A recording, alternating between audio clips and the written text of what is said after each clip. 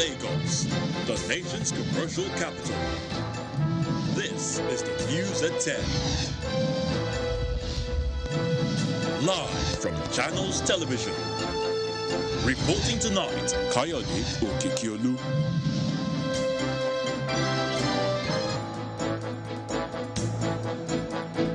Tonight, 7-month-old ASU strike may come to an end as National Industrial Court orders lecturers back to class. ASU reacts, says ruling is a catastrophe. Nigerian students hail judgment but advise the lecturers and the government to find a middle ground going forward. President Muhammadu Buhari addresses the United Nations General Assembly in New York, promises world leaders a credible transition in Nigeria come 2023. And the rift in the PDP is far from being over as the party's flag bearer Atiku Abubakar says he can't compel Iyorchia Ayu to resign hours after Wike's camp dissociates themselves from the party's presidential campaign. And on business news tonight, African Development Bank lists the continent's first multinational fixed income exchange-traded fund on the Botswana Stock Exchange. On sports news tonight, all 24 invited Super Eagles players arrive Teams Constantine training camp in Algeria ahead of Tuesday's international friendly match against the hosts in Oran.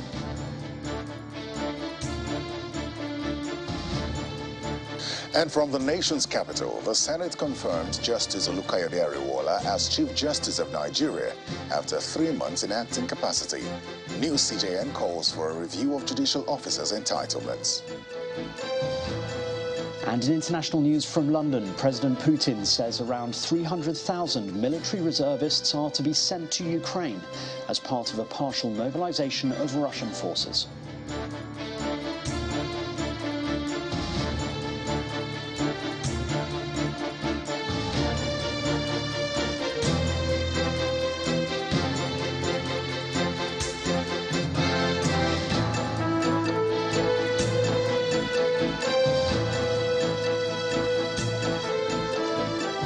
Seems clear for the resumption of academic activities in Nigerian public universities, going by today's ruling of the National Industrial Court in Abuja.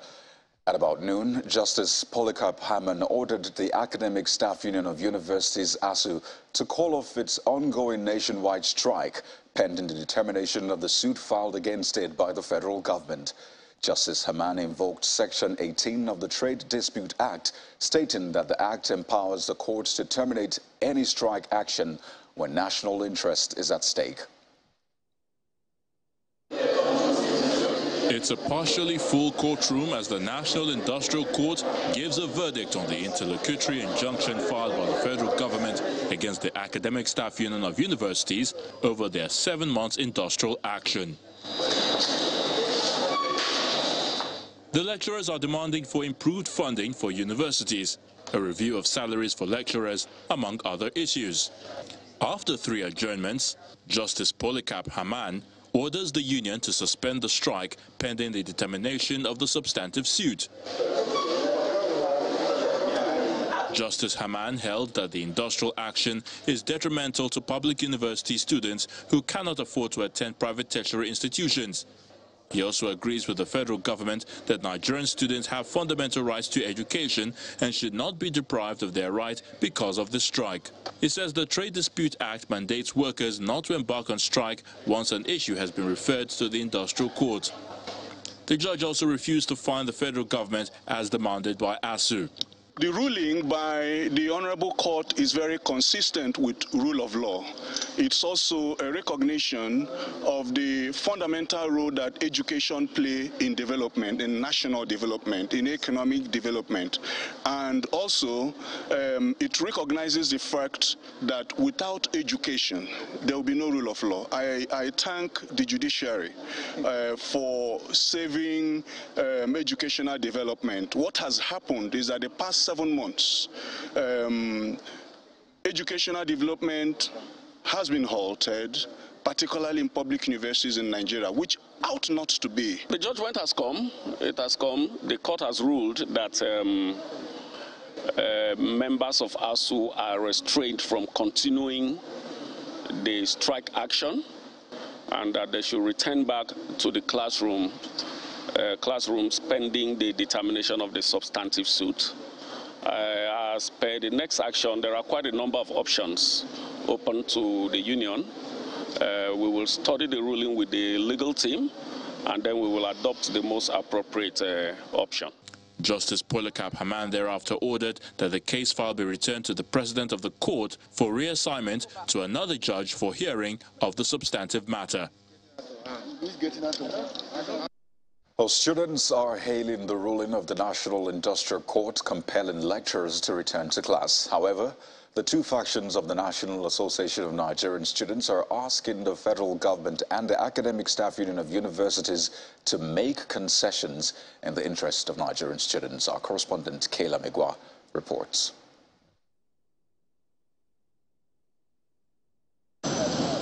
These gates may soon swing open for students to return to their classrooms following the ruling of the vacation judge of the National Industrial Court, Justice Polycarp Haman, ordering the Academic Staff Union of Universities to go back to school. This piece of information should be melody to the ears of students who've been at home for the past 7 months and their parents who have been eagerly waiting for their wards to return to school. I feel good because the children are going to start up their schools, the old ones and the people coming in. It's a welcome program. I like it. I'm a 500 level student and I'm still here by now. I'm supposed to be done, coming back to pay new rent in school, and so I'm really affected. Despite legal tussles over the leadership of the National Association of Nigerian Students, both factions hail the judgment of the court. However, they want the parties involved to make some concessions. We urge the federal government to look into the demand of ASUU with immediate effect, and we urge ASUU to obey the court order so that our students can go back to classroom. The court has already do their ruling that ASUU should return back to class. We are calling on the government to fulfill its own part so that we will not have this problem again. For the Pro-Chancellor of the University of Abuja, while the Academic Staff Union of Universities must obey the court order, fiats and directives do not necessarily solve the actual crisis. Court orders and fiat instructions or directives do not solve a crisis. What you need to do is to settle down and dialogue more. And I believe ASUU is prepared to concede in more. Federal government is also, Mr. President did say he is going to consult more and get back to the Committee of Pro-Chancellors. And I believe if that is done, we'll be able to resolve the crisis rather than just giving a fiat order. We are in a democracy. We are not under military dictatorship, please. The mixed reaction to this court order ordering the Academic Staff Union of Universities to go back to school shows a picture of a country tired of this impasse. Almost every graduate of a public university in Nigeria has had to go through some strike action, sometimes for many years. What will be ideal will be a final solution to this impasse.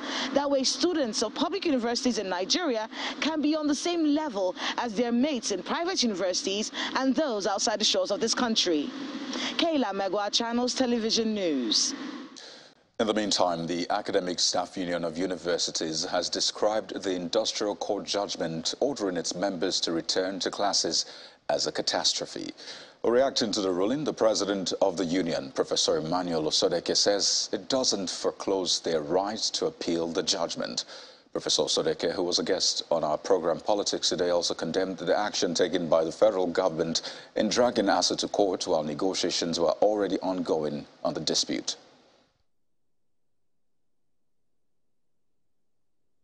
You go to court when your collective bargaining and your negotiation have broken down. We don't have a broken down negotiation with government. We don't. As we speak, so the National Assembly are handling the issue. You read it yesterday, and we reached an understanding yesterday. We reached an understanding yesterday on how to resolve this problem in the university system to ensure Nigerian university students go back to university in peace, well taught, in a comfortable environment. We reached an understanding with them. They are going to meet the president to present to him, and if they agree, the strike is called off. The pro-chancellors met with the president. Also met with the president. And the president said he was going to get back to them. And the pro-chancellor also met with the president. And the president said, I will come back to you. If all these are going on to resolve the problem amicably in the interest of the system, and the Minister of Labour decides to go to court, You had a meeting with the president on Friday last week. We have a meeting with the Senate this week, the two major arms of the government, and they said we are handling issue, we'll resolve it within a very short time. And a member of that executive go to court 3 days ago. The federal, you read it, well read. I thought it debunked that the federal government did not take ASUU to court. But we were surprised when we went to the court. The judgment was given in favor of federal government. Who said it didn't go to court? That tells you the type of thing you have as a country. A minister went to air. Who went to the court? Because when we went to the court, the person is the Minister of Labor that put 2 decades to court. Why the executive arm and legislative arm of the government are resolving the issues? The higher decision-making person in this country is the president of the country. And the president told the whole country, I have listened to you. I will consult and come back to you. The president of the country. We went to the legislative arm and we finished, and they said, yes, we have reached some understanding. Give us 1 week to meet with the president when he comes back from a trip he went abroad, and we'll resolve this problem. While we are doing this, somebody wants to call to say, you must force them back to school. You see, let me tell you the catastrophe of what has just happened today. It's a catastrophe. The last time this happened was during the military era. You know the catastrophe?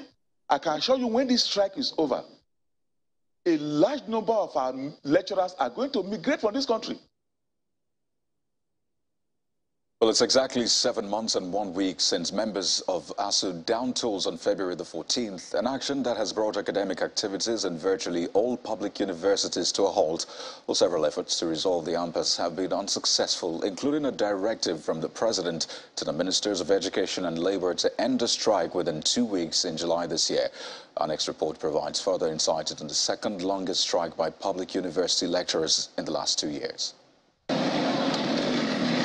Many university students and their parents woke up to an announcement that perhaps sounded like a routine in Nigeria's university system. The Academic Staff Union of Universities, ASUU, announcing a 4-week warning strike on February 14 this year. That initial warning strike is now over 7 months after the lecturers rolled over the action 3 times. And while the striking university lecturers continued to accuse the federal government of reneging on its agreement with the union, the government, on the other hand, continued to say it has made its best offer. In January 9, 2020, we met with the president. And after a long discussion, he handed over our document to the Minister of Education and said, please implement this. It was not implemented. Government has already made an offer. So if I am the minister and I know the offer that government made is probably the best that it can make. The lecturers are on strike over unpaid earned allowances, university revitalization, as well as the operationalization of the University Transparency and Accountability System, UTAS, which is a payment platform designed by the lecturers. Negotiations started in 2017 with the Professor Babalanke Committee, which was later replaced by Professor Manali Committee in the year 2020. The inability of this committee to resolve the issues again led to the constitution of the Professor Briggs Committee in the year 2021. The Minister of State for Labour and Employment had, during one of his appearances on our program Politics Today, promised to go on his knees to beg the striking lecturers to put an end to the strike. I can kneel down on there and beg them. It has come to that point. Let them go back to classes. The failures of these efforts to resolve the impasse made ASUU declare an indefinite strike on August 29 this year, a decision that sparked multiple reactions, including the directive from President Muhammadu Buhari to the Minister of Education and his counterpart at the Ministry of Labour and Employment to end the strike within 2 weeks. Still unable to return the lecturers within that window of the presidential directive, the Ministry of Labour and Employment referred the matter to the Industrial Court. Students who are at the receiving end of this whole saga also took to the streets, blocking major highways and the Murtala Mohammed Airport in Lagos. After 3 adjournments, The National Industrial Court in Abuja on Wednesday, September 21, 2022, rules that the lecturers should suspend the strike as negotiation with the federal government is ongoing, a ruling that the leadership of ASUU has refused to comment on. In part two, after the break, Governor Nyesom Wike's camp quits PDP presidential campaign as party's presidential candidate says he cannot compel Iyorchia Ayu to resign as national chairman. That's in a moment. Stay with us.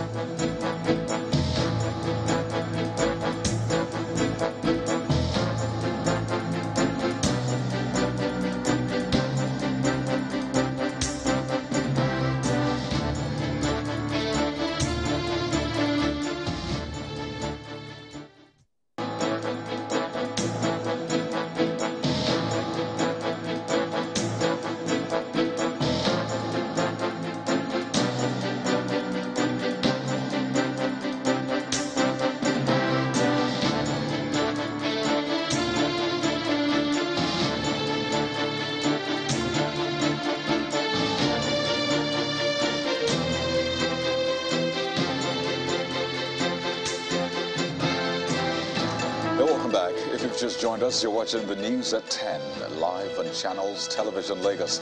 But here's a reminder of our top stories.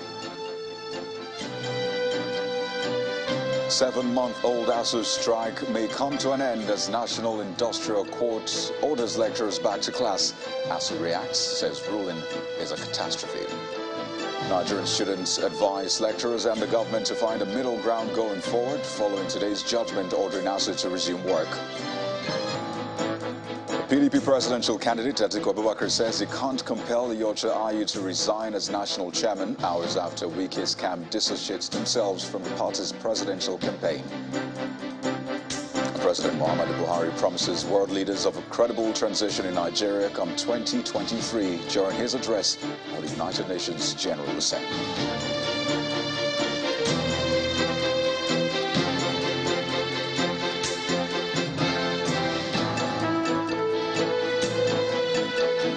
Outside the shores of the country, the president has delivered his speech before the United Nations General Assembly, his last as Nigeria's president. Presenting the nation's statement as the first African speaker on the second day of the debate at the 77th session of the Assembly, President Muhammadu Buhari promised to enthrone a process of free, fair, transparent and credible election in 2023. Well, he used the speech to reiterate his commitment to constitutional term limits and Nigeria's efforts to promote the rule of law and democracy in West Africa. Our State House correspondent Gloria Mezoke reports from New York. On the second day of the 77th session of the United Nations General Assembly debates, it is a turn of President Muhammadu Buhari, who addresses the diplomatic community as the first speaker and his last as president. In confronting these challenges, he starts by going down memory lane to the time when he first served as military head of state in 1984 and makes a pledge to ensure a successful and credible transition of power in 2023. We now are preparing for general elections in Nigeria next February. As the 78th Anga, there will be a new face at this podium speaking for Nigeria. Ours is a vast country, strengthened by its diversity and its common values of hard work, enduring faith, and a sense of community. We have invested heavily to strengthen our framework for free and fair elections. As President, I have set the goal that one of the enduring legacies I would like to leave is to entrench a process of free, fair, and transparent, credible election through which Nigerians elect their choice. On the issues of discourse at the session, the president calls for constructive engagements to address crucial issues such as the war in Ukraine, climate change, debt service suspension, non-proliferation of weapons, and a nuclear-free world. The danger of escalation of the war in Ukraine further justifies Nigeria's resolute calls for a nuclear-free world and a universal arms trade treaty, which are also necessary measures to prevent global human disasters. In this regard, we we must find quick means to reach consensus on the nuclear non-proliferation treaty with related commitments by nuclear weapon states. He reiterates his request during the 76th session, calling for an outright cancellation of debt for developing countries facing severe liquidity challenges. His speech resonates among members of the delegation. For me, I see a man that is truly committed, to ensuring that democracy lives, thrives, and is able to hand over to a democratically elected government come next year. Security Council reform is imperative. Reform of IMF and other institutions are imperative. So the right notes at the right time and a final reflection that although the world is becoming more complex, the challenges are many, but he ended up on a note of hope, not only for Nigeria, for Africa, but the entire world. The president has also joined other member states in the call for a reform of the UN Security Council and other UN agencies, underscoring that this change is long overdue. Only hours ago, presidents of Brazil and Senegal opened the ceremony with this fundamental appeal, which they say is critical to reasserting the influence of the United Nations going forward.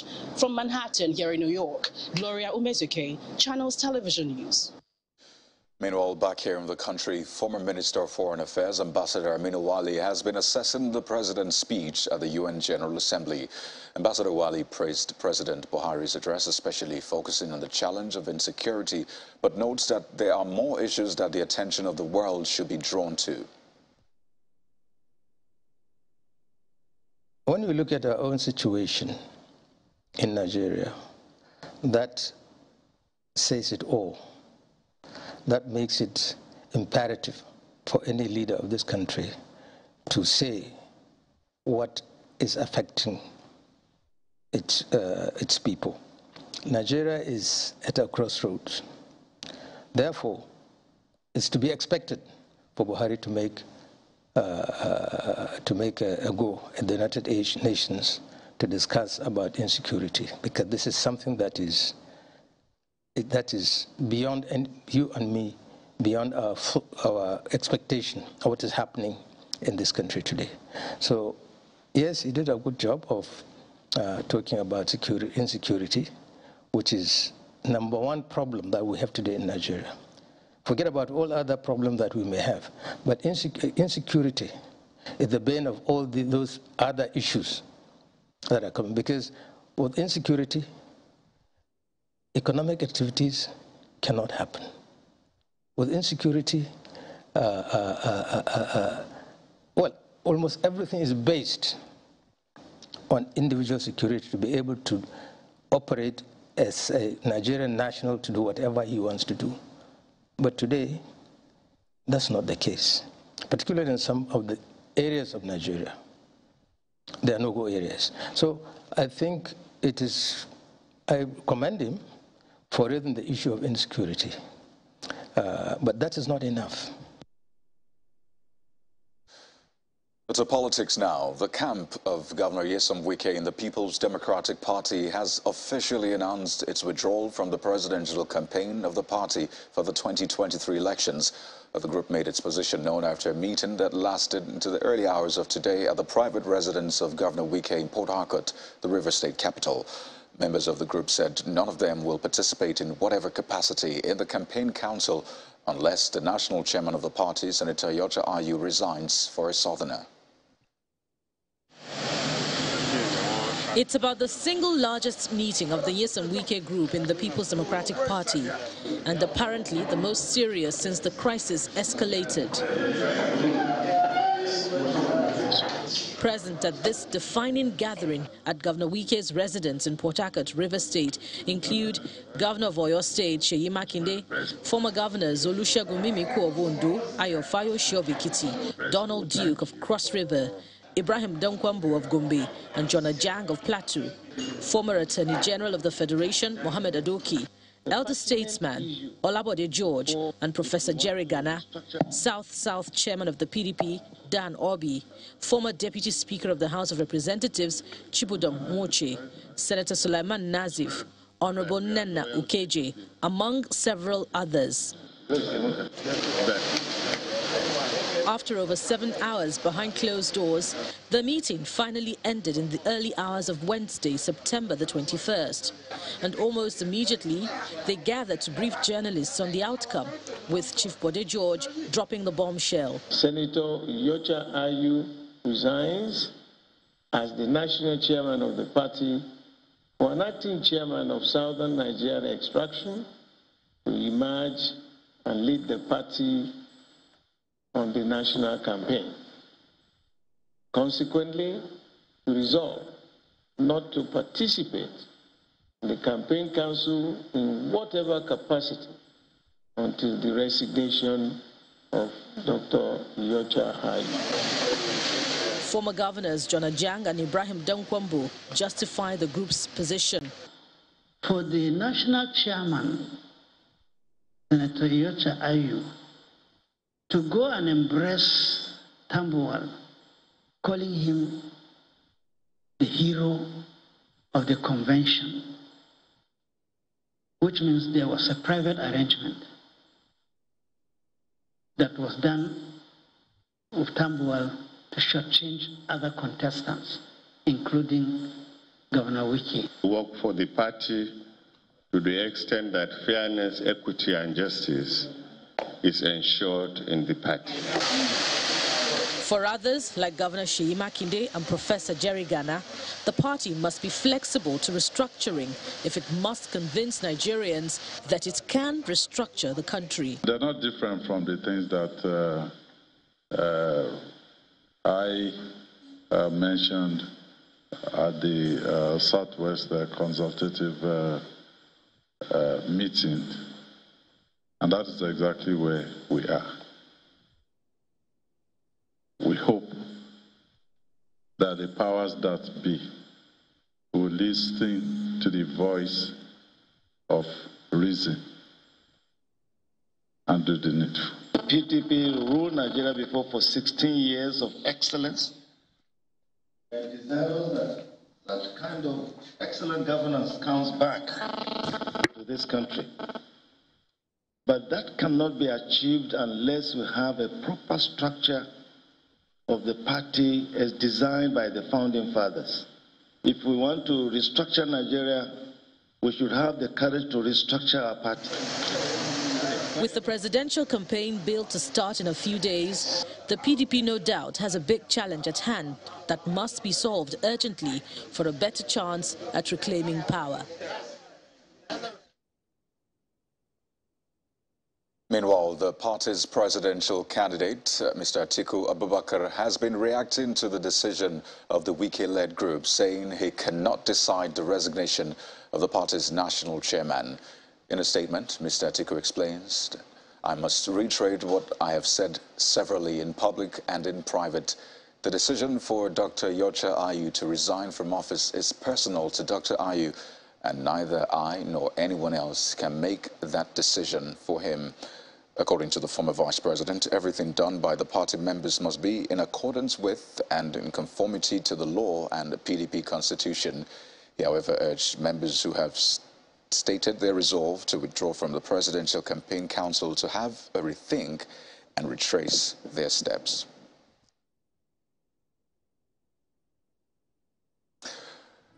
Well, still to come on the news at 10, African Development Bank lists the continent's first multinational fixed income exchange traded fund on the Botswana Stock Exchange. But that's some business news in a moment.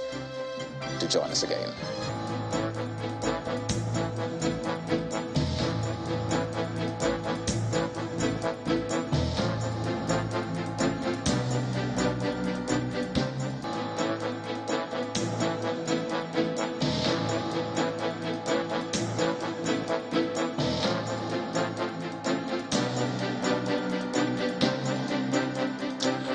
Welcome back. And staying with the umpires within the opposition PDP, for the chairman of the Board of Trustees of the party, Senator Adolphus Wabara, all hope is not lost in resolving the party's leadership dispute. But to this end, Senator Wabara has appealed to Governor Samuel Ortom of Benue State to broker peace between the leadership and aggrieved party leaders led by Governor Wike with a view to restoring unity in the party. Senator Wabara made the call in Makurdi, the Benue State capital, during the commissioning of a newly built Upper Aku Lodge at the Government House. Governor Tom and his part asked the leadership of the party to do the right thing to ensure amicable resolution of the feud.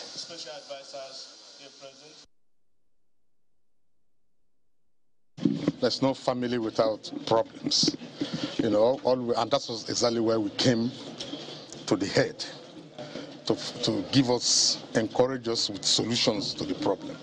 Like I said earlier, there is no problem without solutions.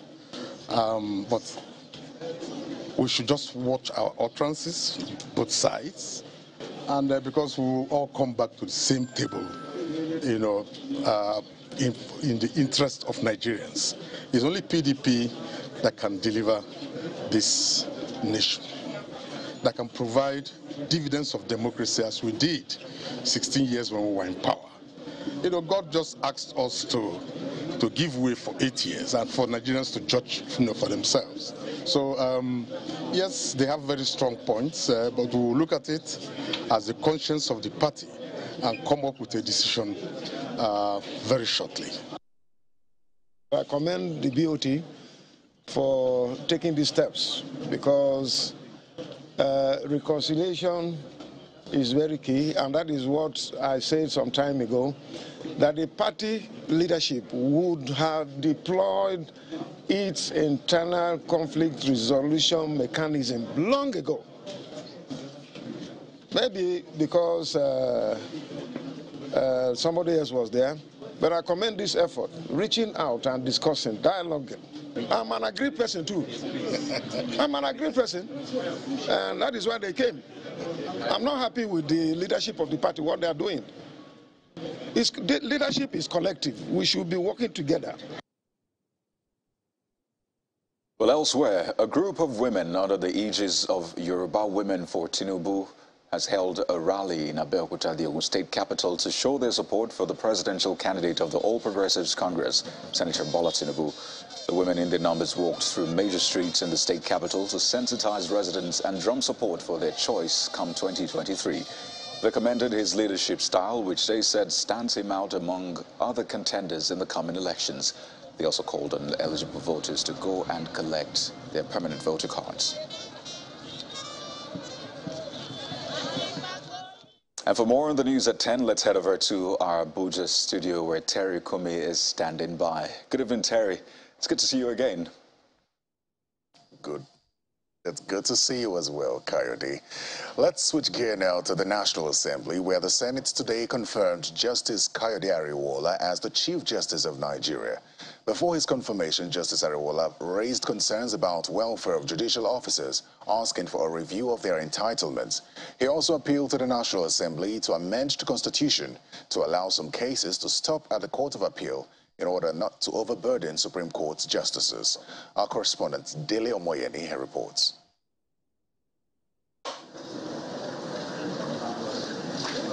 The acting Chief Justice is received into the Senate chamber as the lawmakers suspend their rules to admit him. The senators in the Committee of the Whole grilled Justice Ariwoola, who replaces Justice Ibrahim Mohammed, who resigned his appointment on health grounds. The first time,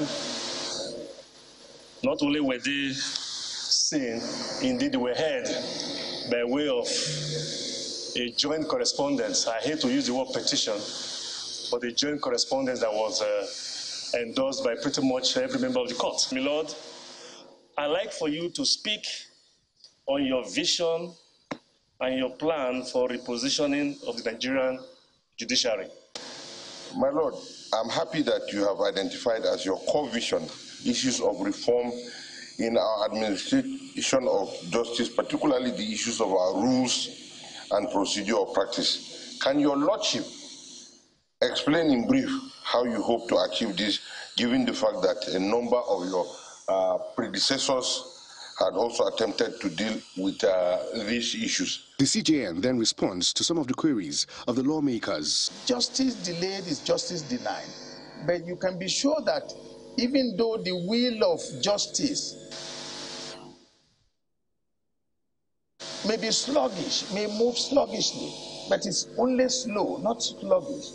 but you can be sure that it is steady. Because if you rush it, you will end up denying justice. And of course, when justice is denied, you may not feel it until you are denied of justice. After several back and forths, the lawmakers asked him to take a bow and go. Distinguished colleagues, please. Oh dear. The Senate then moves to confirm his nomination. Will the Senate confirm the nomination of Honorable Justice Olukayode Aruola for appointment as the Chief Justice of Nigeria? Those in favor say aye. Aye. Those against say nay. The ayes have it. Thank you very much. The nomination of Honorable Justice Olukayode Aruola is hereby confirmed as the Chief Justice of Nigeria. Justice Ariwola was born on the 22nd of August 1958 and began his career at the Oyo State High Court. He was elevated to the nation's apex court in November of 2011. Dili Omoyeni, Channels Television News. From the upper to the lower chamber, lawmakers are wading into the murder of a young girl allegedly by a Chinese national in Kano. The House wants the police to deal with the matter decisively and has directed its Committee on Interior to look into it as well, especially the immigration status of the Chinese man. Wednesday's plenary in the House of Representatives begins with an emotionally reluctant speaker declaring vacant the seat of one of his former colleagues, Nse Ekpeyong, who passed away in April this year. It is my constitutional duty, responsibility, but very reluctantly declare his seat vacant. The action of the Speaker is necessitated by law to allow the Independent National Electoral Commission conduct an election to fill the vacancy. Next, the attention of the House turns to the murder of a young girl, Umu Kulthum, by a Chinese national, Geng Quanrong, in Kano State. As a foreigner, you come to Nigeria, misappropriate our human beings, terminate their life. But if it's a mistress, maybe after cooking the food wasn't sweet enough, I don't know, whatever. We want to know how we can even know whether foreigners can I think easily, at least. So your point is taken. That is the duty of the parliament. Determine the legal status of the culprits. What does he do? Police is investigating. We are not going to go against police investigation. The investigation is to unravel the mystery behind it. So I support it. We are working in consonance with the police. Lawmakers are particularly concerned that the young girl was on a national assignment. Life of a woman on national service, NYSC. I want to assume that not only a woman, whoever is on NYSC in Nigeria should be assumed, whatever it is, it's a state, it's a crime, it's a state property. The life of a man or a woman on national service, Mr. Speaker, is for me the same as the life of a soldier in the theater in Meduguri or in Baga in Borno State. The lawmakers are, however, divided on whether or not to suspend the activities of the company which the Chinese man works for, pending the determination of his immigration status. Meanwhile, the Chinese national Geng Quanrong was today arraigned before a chief magistrate court in Kano State for allegedly killing his girlfriend, Umu Kulthum. He was arraigned by the Kano State Police on a one-count charge of culpable homicide contrary to Section 221 of the Penal Code. The prosecution counsel, Mr. Khalifa Awal Hashim, urged the courts to seek legal advice because the matter is a capital offense and the court lacks jurisdiction to entertain it. After hearing the matter, the magistrate ordered that the accused be remanded at the Kurmawa Correctional Center, pending legal advice by the State Ministry of Justice. The case was thereafter adjourned till October the 13th, 2022. More on the judiciary. The Lagos State Special Offences Court sitting in the Ikeja area has ordered the continuation of the trial of internet celebrity and alleged fraudster Ismail Mustafa, popularly known as Monfa, despite his continued absence from court. Justice Mojisola Dada, who made the order at the instance of the Economic and Financial Crimes Commission, also adjourned the case to November 16th for continuation of trial. She further ordered the FCC to make sure that it brings its witnesses on the next adjourned date. The court made the order following a submission by the EFCC counsel, Mr. Abbas Mohammed, that the commission had made frantic efforts to arrest Monfa without success. The defense counsel, Mr. Kolawole Salami, aligned with the prosecution and confirmed the position of the commission. Well, that's all from the nation's capital. Back to you, Coyote. Well, thank you, Terry. Well, back to the National Assembly now, where the National President of Petroleum and Natural Gas Senior Staff Association of Nigeria, PENGASSEN, Mr. Felix Osifo, says security officials are complicit in the oil theft and illegal bunkering of crude oil in the Niger Delta. Speaking at the investigative hearing on oil theft by the Senate Ad Hoc Committee on Oil Lifting, Mr. Osifo said that no meaningful change can be effected without the security agencies. Also at the hearing was the Nigerian Upstream Petroleum Regulatory Executive Commissioner, Mr. Jide Akinola, who put the revenue lost by Nigeria due to oil theft at about $2.1 billion between January and August 2022.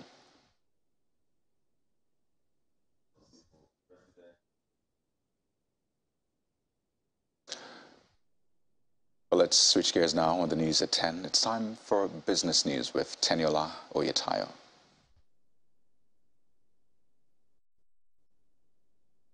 Banking so easy, so simple. Dial *894# now to experience it. You first, First Bank.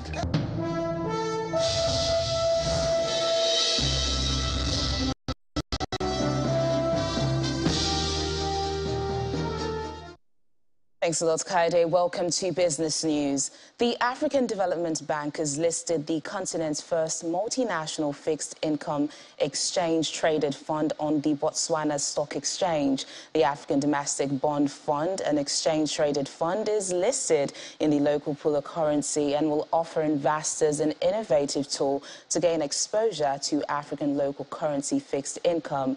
The listing follows the fund's primary US dollar listing on the Mauritius Stock Exchange in 2018 and is part of the AFDB's efforts to strengthen African economies by reducing their dependency on foreign currency denominated debt. And the data from the Debt Management Office, which puts Nigeria's total public debt stock, rose at 42.84 trillion naira as at June the 30th this year, has been raising concerns. Well, this is heightened by the plan to borrow 11.30 trillion naira, which is the deficit for 2023 budget. Well, former chief economist of Zenith Bank PLC, Mr. Marcel Okeke, believes that the 19.76 trillion naira 2023 budget should be adjusted to reduce the deficit.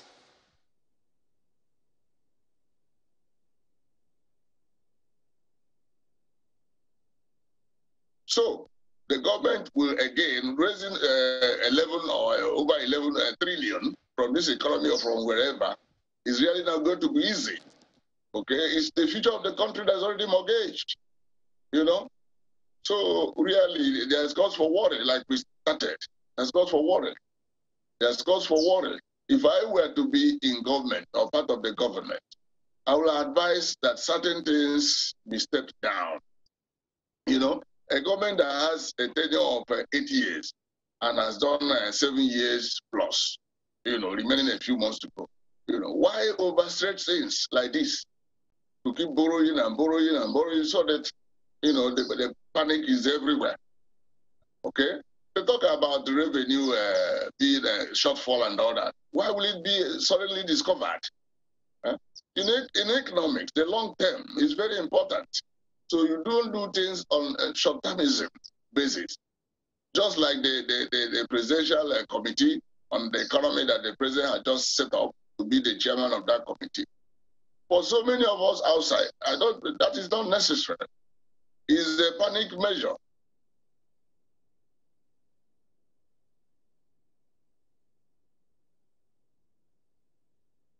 Well, let's check in on the stock market now. Will Ibong has the details of today's trading.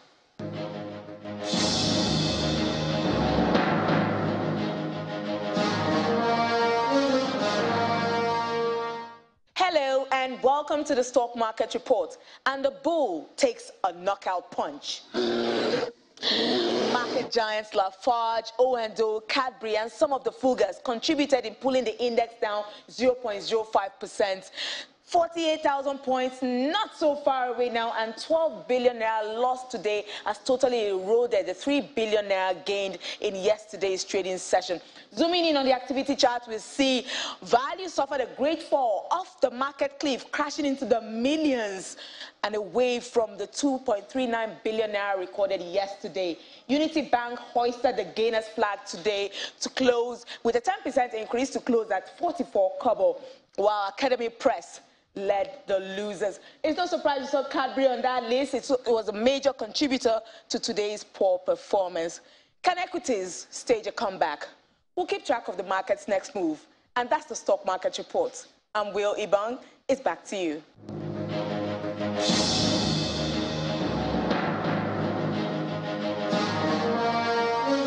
Now let's take a look at the closing numbers for other major equities around the world.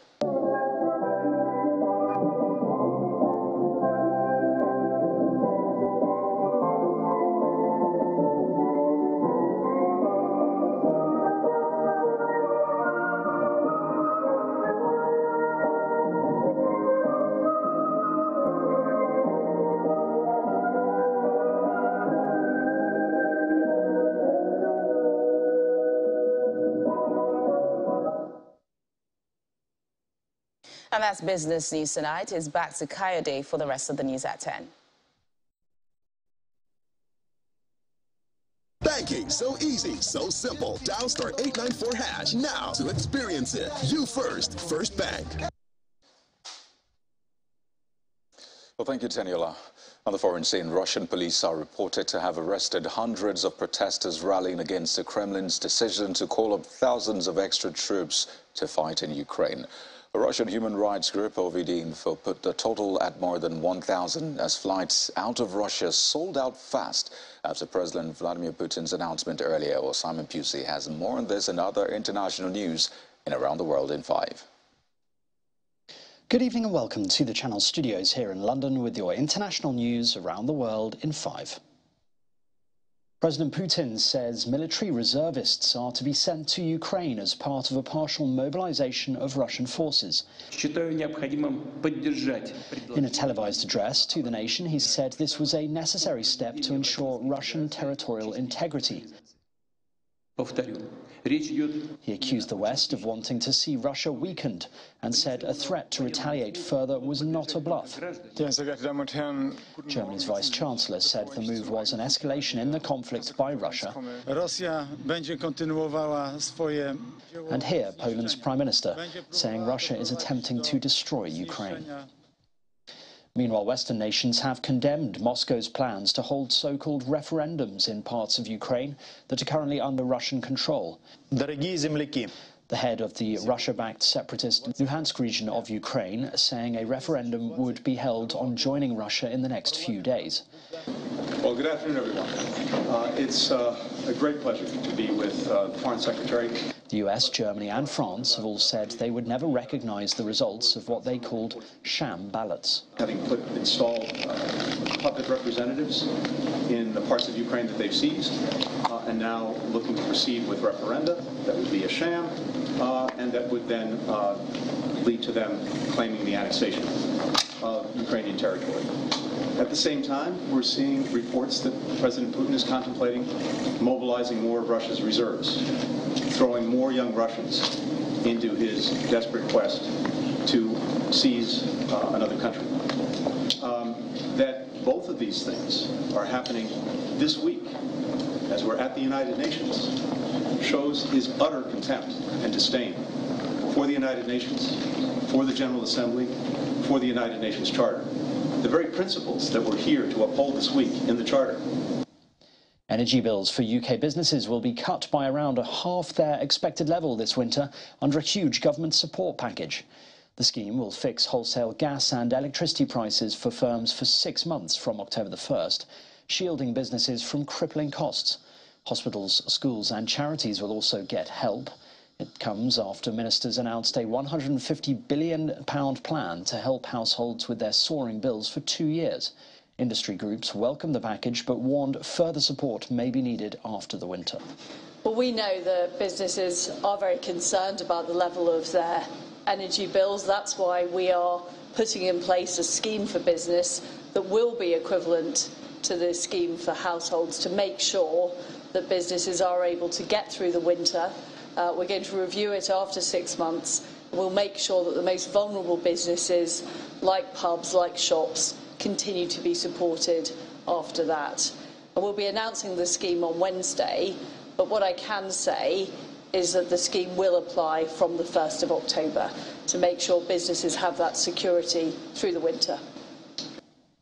Marine conservation experts headed to the Australian state of Tasmania to attempt to rescue a pod of approximately 230 whales, with officials saying only half appeared to be alive.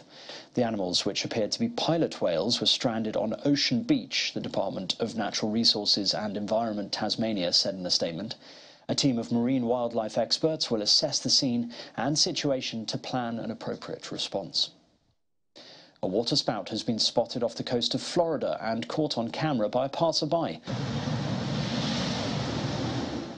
The phenomenon was captured in an eyewitness video forming under a dark cloud while boats decorated the Palm Beach marina below.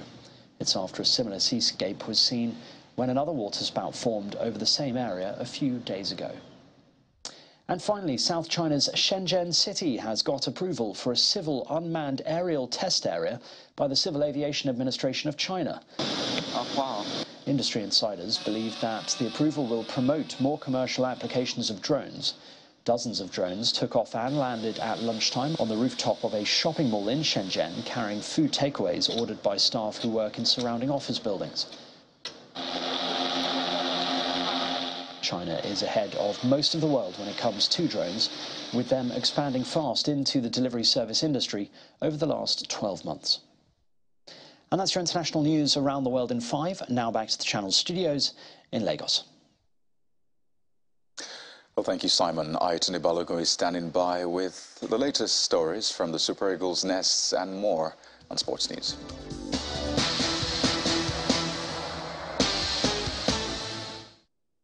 Many thanks, Kayode. Welcome to Sports News. The Super Eagles camp at the Marriott Constantine has hit the 100% mark this afternoon with the arrival of goalkeepers Francis Uzor and defender Ebube Duru.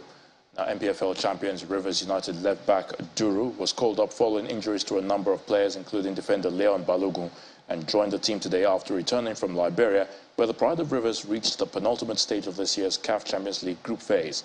Head coach Jose Santos Pesero has approved that the three-time African champions have a training game against Algeria's B squad on Saturday in order to see a number of new and returning players in action ahead of the official game in Oran on Tuesday evening. Supporters of Premier League teams who take part in antisocial and criminal behavior at stadiums will receive automatic club bans with a minimum term of 1 year. Last season, there was an increase in the number of pitch invasions at the end of the campaign as fans celebrated titles, promotion or survival, with several altercations taking place, including one involving Crystal Palace manager Patrick Vieira. The leagues and the Football Association had said that all identified offenders will be reported by clubs to the police, and prosecution could result in a permanent criminal record, which may affect their employment and education and could result even in a prison sentence. As Roger Federer brings down the curtain on his illustrious career later this week, the Swiss maestro has assured his millions of fans that he will not become a tennis ghost. Well, the twin-time Grand Slam champion, who is in London, where he won a record 8 Wimbledon titles, says he has no intention of walking away from a sport he has graced for so long. And world number 1 Carlos Alcaraz was earlier today received by Spain's King Felipe, who held a reception at the Zarzuela Palace for Spanish 2022 US Open winners. Alcaraz was received along with his fellow countrymen, 2022 US Open champion Martin Landaluce and 2022 US wheelchair doubles champion Martin De La Puente. And that's Sports News.